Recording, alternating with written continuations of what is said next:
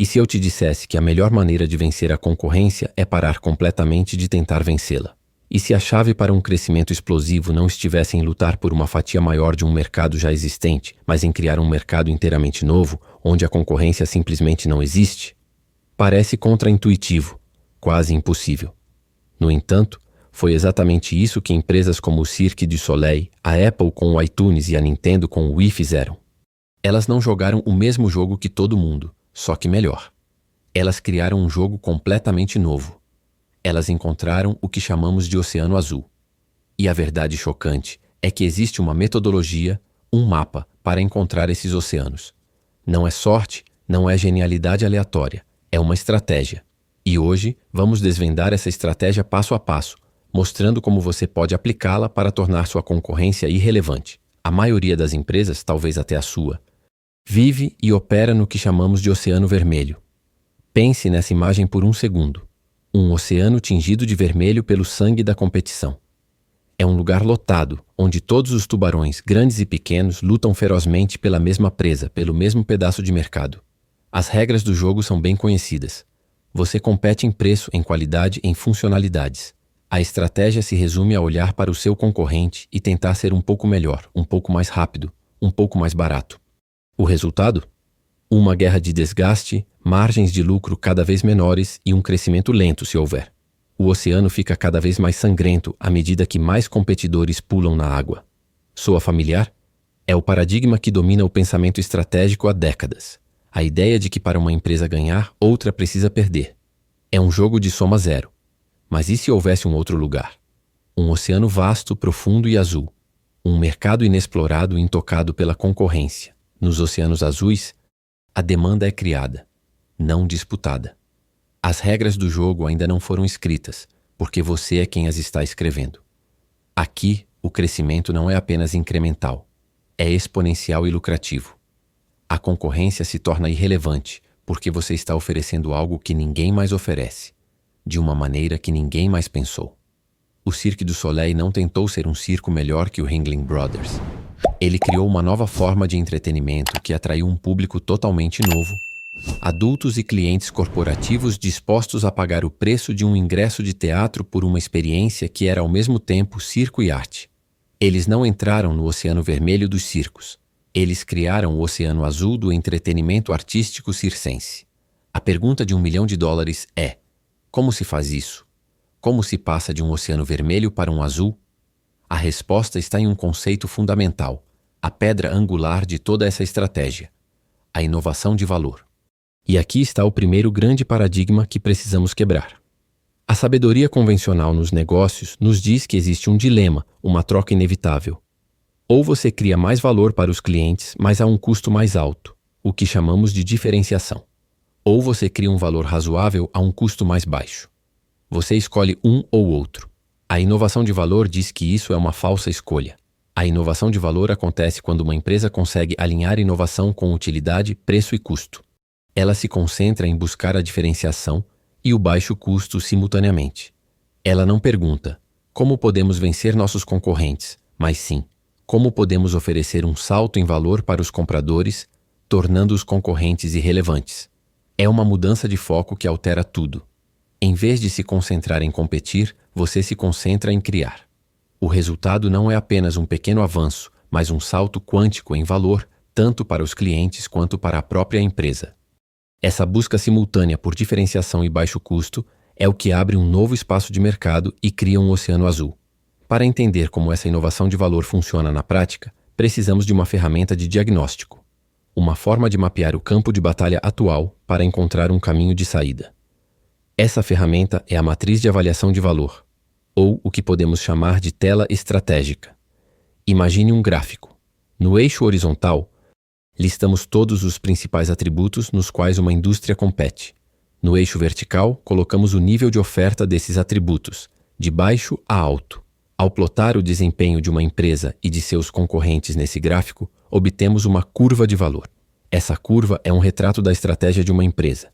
Ela mostra onde a empresa está investindo, em quais atributos ela compete e como ela se parece aos olhos dos clientes. Vamos pegar um exemplo clássico e delicioso. A indústria de vinhos nos Estados Unidos no final dos anos 90. Era um oceano vermelho clássico. De um lado você tinha os vinhos premium, caros, com um marketing sofisticado, usando terminologia enológica complexa, falando sobre o legado do vinhedo, a qualidade do envelhecimento, a complexidade do sabor. A curva de valor deles era alta em todos esses atributos. Do outro lado, você tinha os vinhos populares, os vinhos de garrafão. Baratos, com baixo investimento em todos esses mesmos atributos. O interessante é que, embora estivessem em níveis de preço diferentes, as curvas de valor dos vinhos premium e dos populares tinham exatamente a mesma forma. Todos competiam nos mesmos fatores, apenas oferecendo mais ou menos deles. Era uma corrida para o topo ou para o fundo do poço, dentro das mesmas regras. Então surgiu uma vinícola australiana chamada Casella Wines com uma pergunta diferente. Em vez de olhar para os clientes de vinho existentes, eles olharam para os não clientes. Para a massa de americanos que bebiam cerveja e coquetéis prontos, mas achavam o vinho intimidante, pretensioso e com um sabor difícil. O que faria essas pessoas beberem vinho? Com essa pergunta, eles estavam prontos para redesenhar a curva de valor. E para fazer isso, eles usaram a ferramenta de ação mais poderosa da estratégia do Oceano Azul, o modelo das 4 ações. Esta é a parte em que a teoria se torna prática. O modelo consiste em 4 perguntas-chave que desafiam a lógica de uma indústria.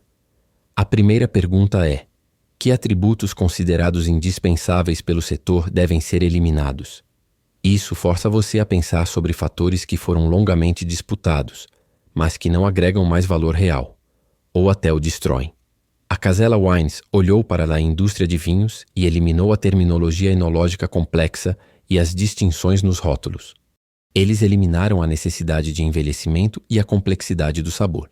Eles perceberam que esses eram exatamente os fatores que intimidavam e afastavam a massa de consumidores de cerveja e coquetéis. A segunda pergunta é: que atributos devem ser reduzidos bem abaixo dos padrões setoriais? Isso questiona se os produtos ou serviços foram superdimensionados em uma corrida para superar a concorrência, aumentando a estrutura de custos sem ganhos reais para o cliente. A Casella Wines reduziu o prestígio e o legado do vinhedo. Ninguém precisava de um castelo no rótulo. Eles reduziram a variedade de vinhos, focando inicialmente em apenas 2 tipos, um tinto e um branco, tornando a escolha incrivelmente simples.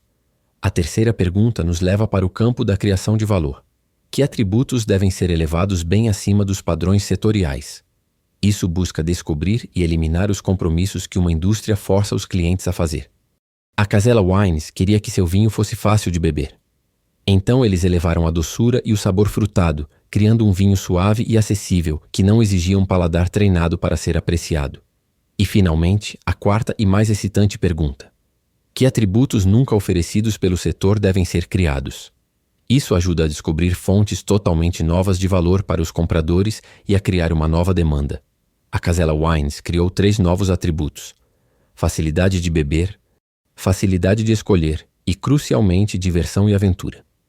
Eles criaram uma marca chamada Yellowtail, com um canguru vibrante e colorido no rótulo. A embalagem era simples, moderna e nada intimidante. A mensagem não era sobre história e terroir, mas sobre socializar e se divertir. O que aconteceu quando eles fizeram isso? Eles criaram uma curva de valor completamente nova, uma estratégia que era radicalmente diferente de todos os outros players do mercado.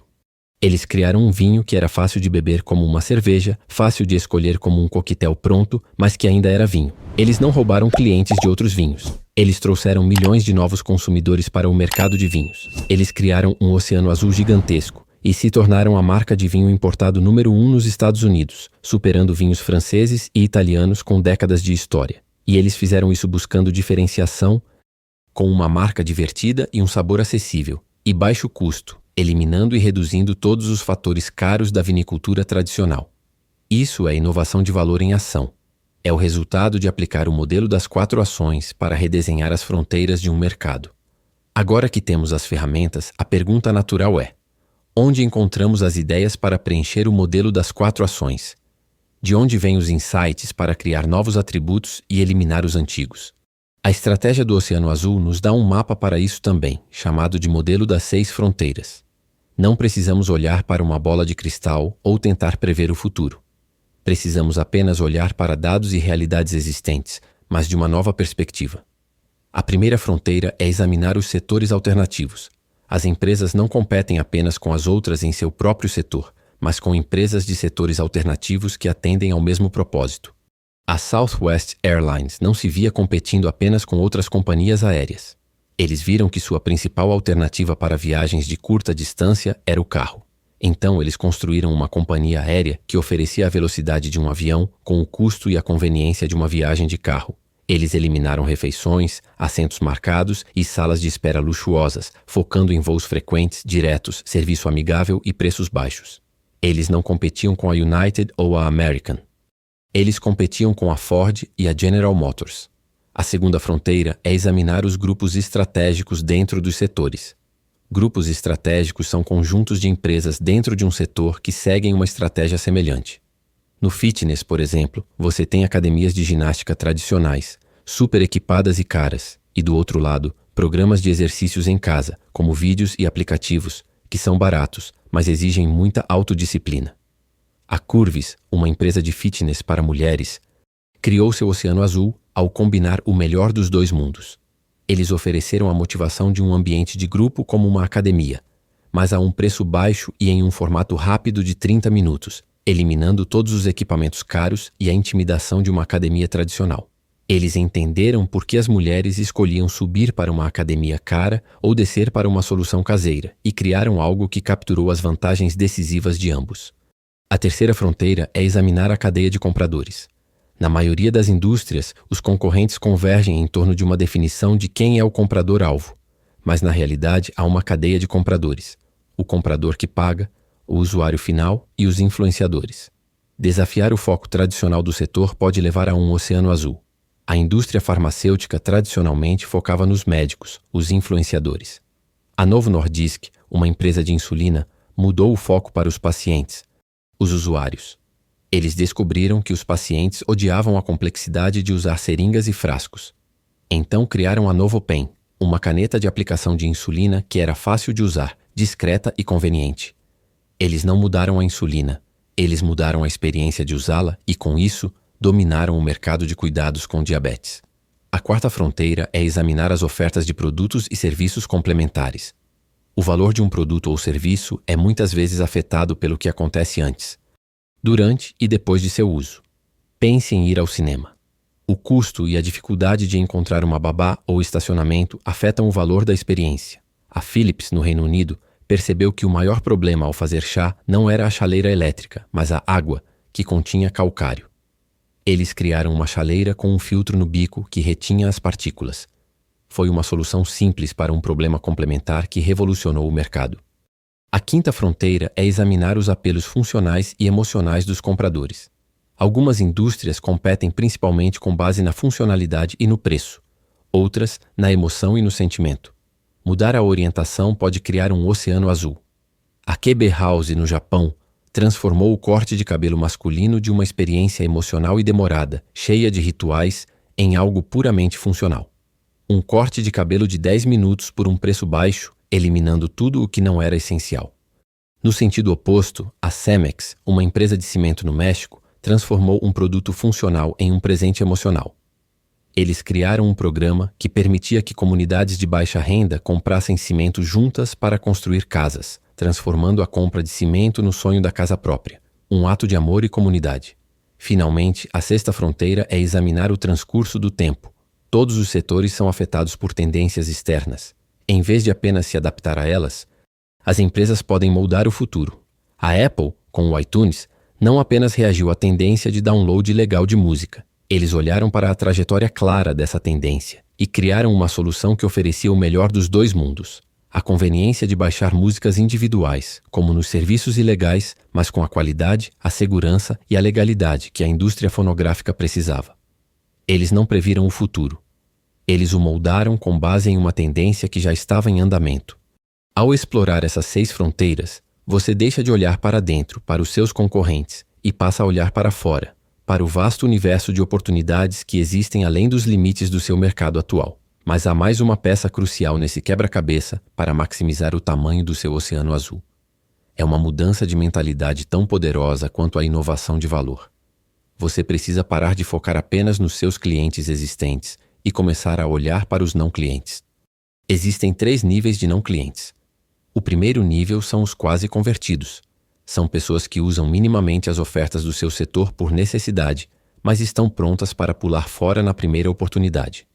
Pense nos profissionais urbanos que almoçavam em restaurantes caros e demorados, mas desejavam algo mais rápido e saudável. A Pret a Manger, uma rede de fast food do Reino Unido, capturou essa massa de não clientes oferecendo sanduíches com qualidade de restaurante, feitos na hora, de forma rápida e a um preço razoável. Eles não roubaram clientes de restaurantes. Eles converteram uma demanda latente em uma base de clientes leais. O segundo nível são os não clientes refratários. São pessoas que conscientemente escolheram não usar as ofertas do seu setor. A Callaway Golf, ao se perguntar por que tantos entusiastas de esportes não jogavam golfe, descobriu que era porque acertar a bola era muito difícil. Eles então criaram o taco de golfe Big Bertha, com uma cabeça maior, que tornou o jogo mais fácil e divertido, não apenas para os iniciantes, mas também para os jogadores existentes. Eles atraíram a massa de não clientes refratários e, no processo, encantaram também seus clientes atuais. O terceiro nível são os não clientes inexplorados. São pessoas em mercados distantes que nunca foram consideradas como clientes potenciais. A indústria de branqueamento dental era dominada por dentistas, um serviço caro. As empresas de higiene bucal nunca consideraram esses consumidores como seus clientes. Quando finalmente o fizeram, perceberam que podiam oferecer soluções de branqueamento seguras, de alta qualidade e baixo custo, como as fitas branqueadoras, e criaram um mercado multibilionário a partir de não clientes que nunca haviam sido explorados. Ao focar nos pontos em comum que unem esses não clientes, em vez de focar nas diferenças que segmentam os clientes existentes, você pode desbloquear uma demanda imensa que ninguém mais está vendo. Você dessegmenta o mercado, agregando demanda em vez de dividi-la. Chegamos ao clímax de nossa jornada. Vimos o problema do Oceano Vermelho.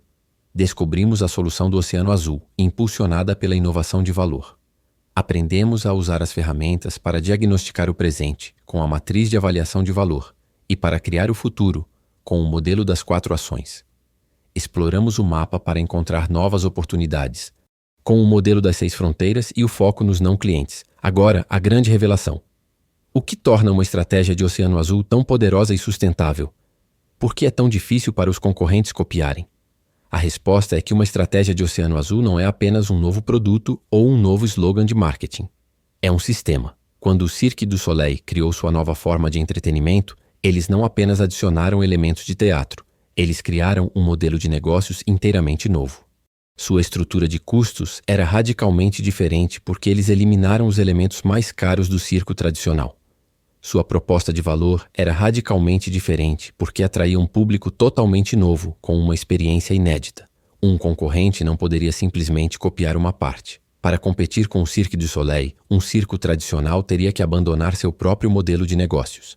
Teria que reconstruir toda a sua operação, sua cultura e sua marca. A barreira à imitação não é uma única parede. É uma fortaleza construída a partir do alinhamento sistêmico de diferenciação e baixo custo. A sua estratégia se torna a sua própria proteção. Ao final, a estratégia do Oceano Azul é mais do que um conjunto de ferramentas analíticas. É uma mudança de mentalidade. É sobre entender que as fronteiras do mercado e as estruturas da indústria não são fixas. Elas podem ser moldadas pelas ações e crenças dos players. É sobre perceber que o universo do mercado não é estático. Ele está sendo constantemente criado e expandido. Em vez de lutar em um espaço cada vez menor, a oportunidade está em criar. Em vez de focar em superar os rivais, o objetivo é tornar os rivais irrelevantes.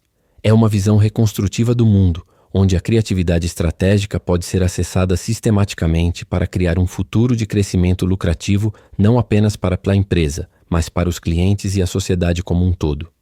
A questão não é se os oceanos azuis estão por aí, mas sim se estamos dispostos a abandonar as âncoras do pensamento convencional e zarpar em direção a eles.